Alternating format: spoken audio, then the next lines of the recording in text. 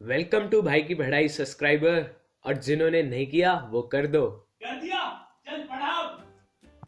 जब यशपाल ने पड़ोस की दुकानों से पूछताछ की तो उसे रोती बुढ़िया की सैड स्टोरी का पता चल गया। तो चलो फ्लैशबैक शुरू करते हैं।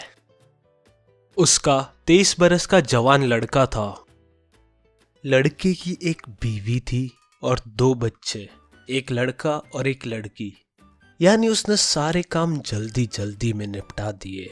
इस रफ्तार से तो ये 26 साल की उम्र में 6 बच्चों का बाप होता। चलो इम्पोर्टेंट चीज पे फोकस करते हैं।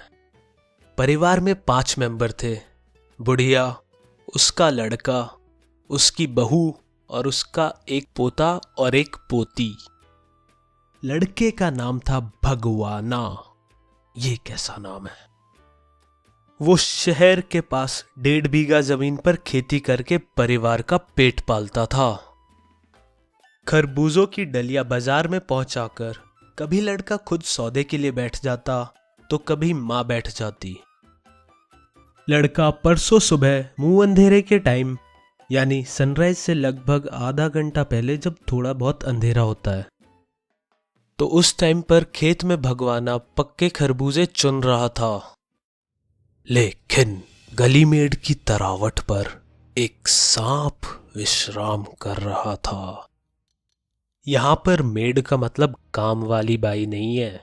मेड खेत की बाउंड्री को कहते हैं जो मिट्टी से बनाई जाती है। तो लड़के का पैर सांप पर पड़ गया और सांप ने उसे डस लिया। लड़के की बूढ़ी मां बावली होकर ओझा को बुला लाई। इससे मेरे को एक चीज याद आई। ये उस समय की बात है जब मैं 10th में था। मेरे बगल में एक लड़की बैठी हुई थी। पूरी क्लास में शांति थी, सब सीरियसली पढ़ रहे थे। मैंने देखा मेरी पेंसिल पे एक मकड़ी चढ़ गई है। मैंने उसको दिखाया तो उसने कहा इसे भगाओ यहाँ से, और फिर पढ़ने बैठ गई। फिर मैंने मकड़ी को फूंक मारी और उसे भगा दिया। लेकिन मैं क्या सुधरने वाला था। मैंने इरेजर का एक छोटा सा पीस लिया और उसकी स्कर्ट पर डाल दिया और बोला, अरे वो मकड़ी तो तुम्हारी स्कर्ट पर आ गई। उसके बाद वो चिल्ला देती है, आ! अब एंडिंग तो तुम जानते ही हो क्या हुआ होगा। फिर तो कमेंट जरूर करना कि कहानी की एंडिंग क्या रही होगी। देखते हैं किसकी इमेजिनेशन सबसे ज्यादा तगड़ी है। चलो अब वापस चैप्टर पे। ओझा तांत्रिक टाइप के लोग होते हैं। तो ओझा आया, अपना झाड़ना फूकना उसने किया। फिर उसने नागदेव की पूजा भी की। पूजा में होता है दान और दक्षिणा, और इसमें उनके घर का आटा और अनाज सब उठ गया। पूरा परिवार भगवाना से लिपट लिपट कर रो रहा था।